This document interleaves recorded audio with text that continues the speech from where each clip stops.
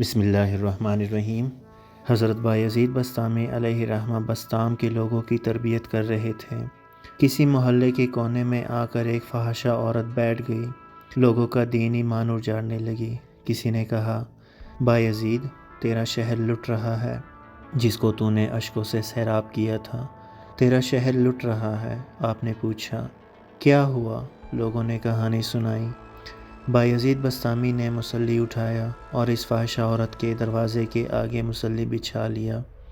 اب جو بھی گاہک آتا بایزید بسطامی کو دیکھ کر راستہ بدل لیتا۔ اس نے انتظار کیا۔ رات کے اندھیرے گرے ہو گئے، آج کوئی گاہک ہی نہیں آیا۔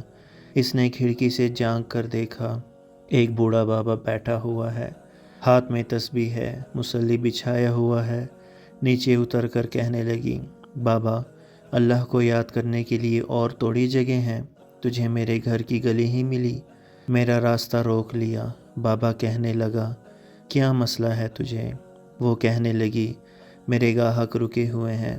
بابا نے کہا، آج میں تیرا گاہک ہوں، بتا تیری رات کی قیمت کتنی ہے؟ اللہ اکبر۔ حضرت بایزید بسطامی نے قیمت طے کی۔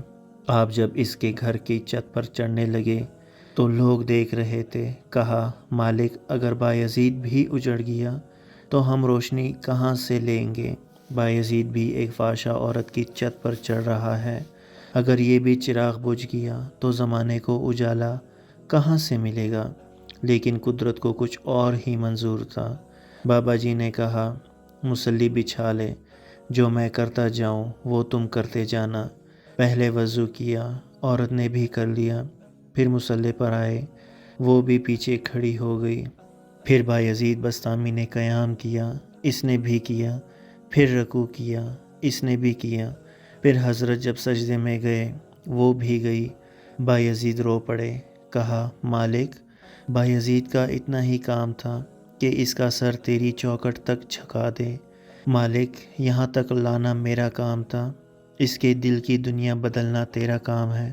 جب وہ سجدے میں جا رہی تھی تو فاحشہ تھی، جب سر سجدے سے اٹھایا تو ولیہ بن چکی تھی۔ ایک بزرگ کہتے ہیں، میں بازار کے کنارے جا رہا تھا، ایک شرابی گرا ہوا تھا، گندے پانی سے اس کا چہرہ گندا ہو رہا تھا۔ میرے دل میں رحم آیا کہ ایک انسان ہے اور اس طرح رسوا ہو رہا ہے۔ میں نے گندی نالی سے اس کو اٹھا کر اس کا چہرہ دھویا اور چلا گیا۔ مشہور شرابی تھا، شہر کا، کہتے ہیں، میں جب تہجد کے وقت مسجد میں نماز پڑھنے کے لیے گیا، دیکھا تو وہ مصلی پر نماز پڑھ رہا تھا۔ میں حیران ہو گیا کہ یہ کیا ماجرا ہوا۔ ابھی صبح تو میں نے اس کو گندے پانی سے اٹھایا تھا، اس کا چہرہ دھویا تھا۔ میں حیران ہوا تو غیب سے آواز آئی، اے میرے بندے، تو نے اس کا چہرہ دھویا تھا، میں نے اس کا دل دھو دیا ہے۔ اگر ہم اتنا کریں کہ صرف اور صرف ایک بھٹکے ہوئے کو اللہ تعالیٰ کی چوکھٹ تک لے آئیں، آگے اس کو سدھارنا اور اس کو راہ راست پر لانا ہمارے رب ذوالجلال کا کام ہے۔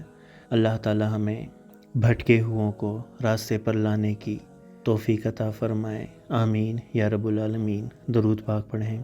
اللہم صلی علی سیدنا محمد وعلی آل سیدنا محمد وبارک وسلم۔